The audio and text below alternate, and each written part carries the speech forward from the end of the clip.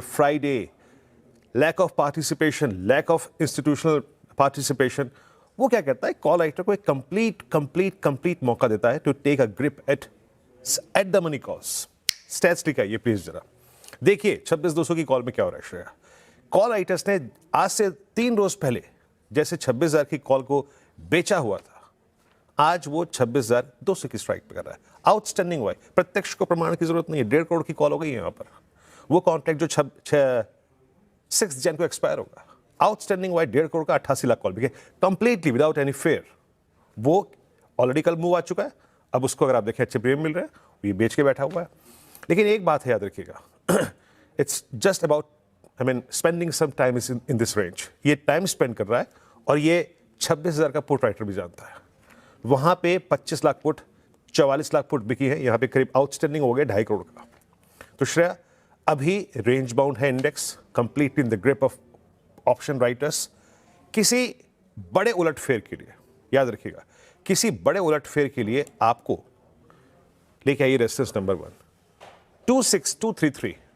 अगर आप ये जोन बाइसेक्ट करते हैं तो निफ्टी आपको उसी वक्त 100 पॉइंट ऐड करके देगा उस दिन, अगर 26,233 करता है। अदरवाइज अभी इस बात की चांसेस कम लग रहे हैं। और एक और बात, मेरे पास इन स्टैट्स में क्या चीजें थी, 26,000 का पुट राइटर, 26,100 का पुट राइटर, और क्या है, बेस लगाइए स्क्रीन पे प्लीज। बेस के साथ साथ पुट राइटर्स के साथ साथ वहीं पे आपके 10 डेमा, वहीं पे आपके 20 डेमा लाइन है। So any dip towards 26089 and 26051, यानी 10 डेमा के ऊपर, 20 डेमा के ऊपर, पुट राइटर्स के जोन के ऊपर, it will be considered as a buying a controlled dip, but breakout share only above 26233 share। बिल्कुल, फिलहाल तो रेंज बाउंड निफ्टी, लेकिन 26,233 एक इंपॉर्टेंट लेवल, अगर वो ब्रीच करता है तो फिर एक ब्रेकआउट देखने को मिलेगा निफ्टी में। तो 26233 इंपॉर्टेंट लेवल है ऊपरी साइड पे। ये तो बात हो गई निफ्टी पर वीरेंद्र जी। और बैंक निफ्टी का जैसे कि मैंने सवाल पूछा आपसे कि बैंक निफ्टी स्ट्रांग नजर आ रहा है, कि आपने कहा हाँ। अगर हाँ है तो कौन सा लेवल इंपॉर्टेंट है और क्या अप्रोच होगी बैंक निफ्टी में ट्रेडर्स के लिए, कौन से इंपॉर्टेंट लेवल्स जो उनको वॉच करने हैं? देखिए श्रेया, मैं कल भी अपनी कमेंट्री में, आज मैंने सुबह कमेंट्री नहीं दी थी अपने, कल भी अपनी कमेंट्री में लिखा था 59,500 सबसे बड़े कॉल राइटर्स थे कल, ठीक है, और परसों 59,500 जैसे ही क्रॉस हुआ, लेवल था 59533, आपको 250 पॉइंट की कमेंट्री में क्लियरली मेंशन था, परसों की और कल की लिख के देख लीजिएगा। The moment you will cross 59533, 250-300 point Nifty आपको जोड़ के दे देगा। और आप देखिए उसके ऊपर जोड़ के 250 पॉइंट, एग्जैक्टली 750 वो आपको मिल चुका है। देखिए है क्या ना श्रेया, निफ्टी बैंक स्ट्रांग है, no doubt about that, but अभी तक सारा दमखम वो बैंक्स प्रोड्यूस कर रहे हैं जो कि 500, 700, 800 पॉइंट का थ्रस्ट जनरेट कर रहे हैं। ऐसा नहीं है कि आपको 2,000 पॉइंट जोड़ के दे देंगे, वो 2,000 पॉइंट तब जुड़ेंगे जब 2 मिसिंग पार्ट्स आएंगे, and that's HDFC bank and that's ICICI bank. वो अभी भी इस तस्वीर में नहीं है Shreya, and till the time वो नहीं है, आपको चैनल्स में ट्रेड करना पड़ेगा बैंक निफ्टी को, and this channel simply reflects huge conviction of 60,000 call writers and 59,800 call writers. Options के स्टैट्स लेके आइए प्लीज एक बार जरा, देखिए किस तरीके से 60,000 का कॉल राइटर, यानी 59,500 का कॉल राइटर जो कि पूरी नवंबर में, दिसंबर में छाया रहा, अब वो कहां प्लेस ले रहा है, 60,000 की स्ट्राइक पे। पुट राइटिंग कहां पर विजिबल है, 59,500। सिंपली हुआ क्या है, ये चैनल जो आज से एक हफ्ते पहले बिटवीन 59,500 और 59,000 परसिस्ट करती थी, ये चैनल खिसक के 500 पॉइंट ऊपर आ गई है, लेके आइए लेवल्स, चाहे वो अभी हो, आज से 2 दिन बाद हो, या फिर आज से 30 मिनट बाद हो। एनी डिप टुवर्ड्स बेस 1, याद रखिएगा 59,500 पे पुट राइटिंग है। Any dip towards base 1 in bank Nifty will be considered as a control dip, वो आप उसको कैप्चर कर सकते हैं, बाय कर सकते हैं।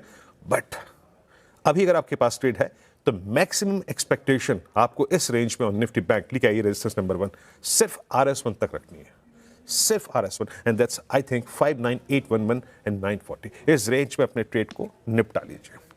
अगला अच्छा ट्रेड बैंक निफ्टी में तब आएगा जब आप 60,078 के जोन को क्रॉस कर देंगे।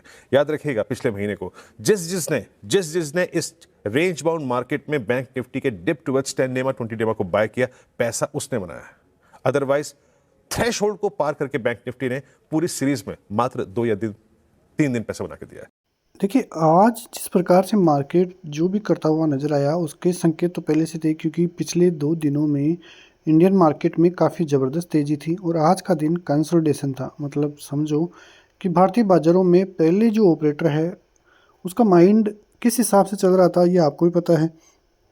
रिटेलर का माइंड तो यही कर रहा था कि इंडियन मार्केट में गिरावट होगी, और रिटेलर जो सोच रहा था वो हमेशा होता नहीं, ये आपको भी पता है। जिस प्रकार की चीज़ें अभी चलती हुई नज़र आ रही है, उससे संकेत तो साफ है कि इंडियन मार्केट में ऑल टाइम हाई लगता हुआ नज़र आएगा, लेकिन धीरे धीरे बीच बीच में थोड़ी बहुत करेक्शन भी आपको देखने को मिलेंगे। ऐसा नहीं है कि मार्केट सीधे ही ऑल टाइम हाई जाएगा, थोड़ी बहुत करेक्शन दिखाई देंगे, लेकिन बाजार में ऑल टाइम हाई होगा, क्योंकि लोगों का नज़रिया सेलिंग साइड की तरफ है। तो वो नज़रिया जो है, ऑपरेटर उनको पॉजिटिव यानी कि बाइंग की साइड की तरफ ले जाना चाह रहा है, और जब ये पूरी तरह से बाइंग की साइड होगा, तब जाके कोई बड़ी सेलिंग आपको दिखाई दे सकती है। तो इंडियन मार्केट में एक टाइम ऑल टाइम हाई भी लगता हुआ नजर आएगा। अच्छा खासा फिर से कंसोलिडेशन है कि ब्रेकआउट आएगा, और उसके बाद में जिस प्रकार की सेलिंग आएगी, वो एक बड़ी सेलिंग साबित हो सकती है।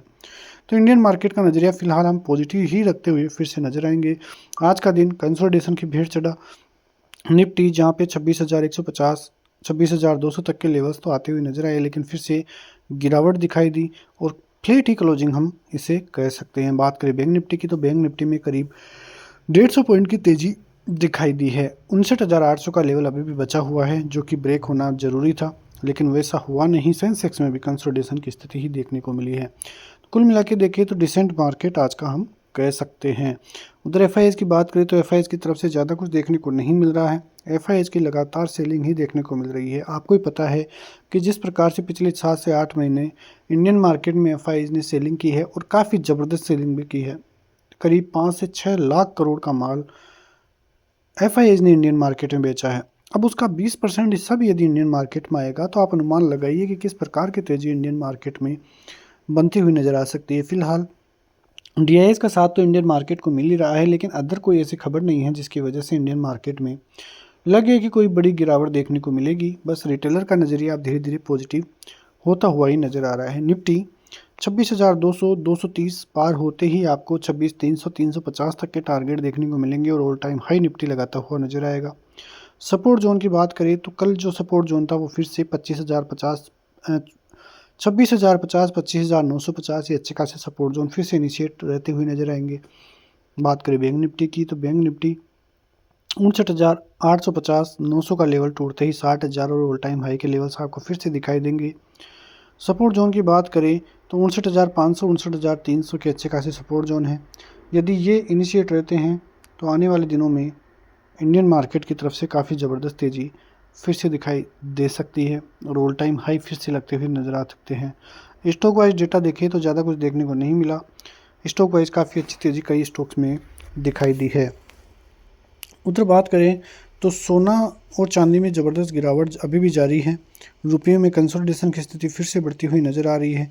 तो अब देखना होगा कि इन सभी खबरों के बीच में इंडियन मार्केट में आने वाले दिनों में किस प्रकार की तेज़ी दिखाई देगी। बस नज़रिया मार्केट का ओवरऑल पॉजिटिव ही रहता हुआ नज़र आएगा, और आने वाले दिनों में भी इंडियन मार्केट की तरफ से हम नज़रिया जो है वो पॉजिटिव ही रखते हुए नजर आएंगे। मिलते हैं नेक्स्ट वीडियो में, तब तक के लिए जय हिंद।